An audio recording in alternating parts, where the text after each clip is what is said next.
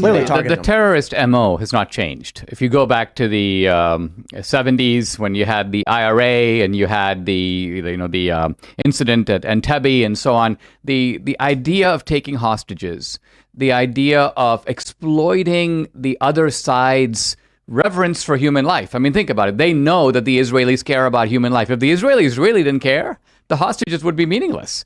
The reason that they grab your kid as a hostage is they know that you're going to go, okay, I'm going to. So it reminds me a little bit how in this country, they use the accusation of racism.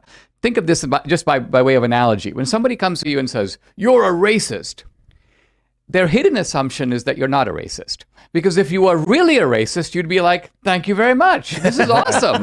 You know what I mean? It's like someone coming to me going, Dinesh, you're Indian. I'd be like, yeah, sure. But they want you to go, no, I'm not.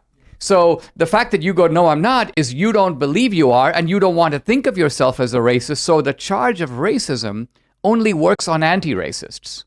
Not anti-racist, though. They've co-opted that phrase, anti-racist to them. It works on people who are not racist. Exactly. Yeah, because it hits them where it hurts. If someone was genuinely racist and proud of it, it would not hurt at all. But they would take it as a compliment. This is a very clever game they play. They took the phrase anti-racist because people assume it means you oppose racism. It doesn't. Anti-racist means you're quite literally racist, but in a different way.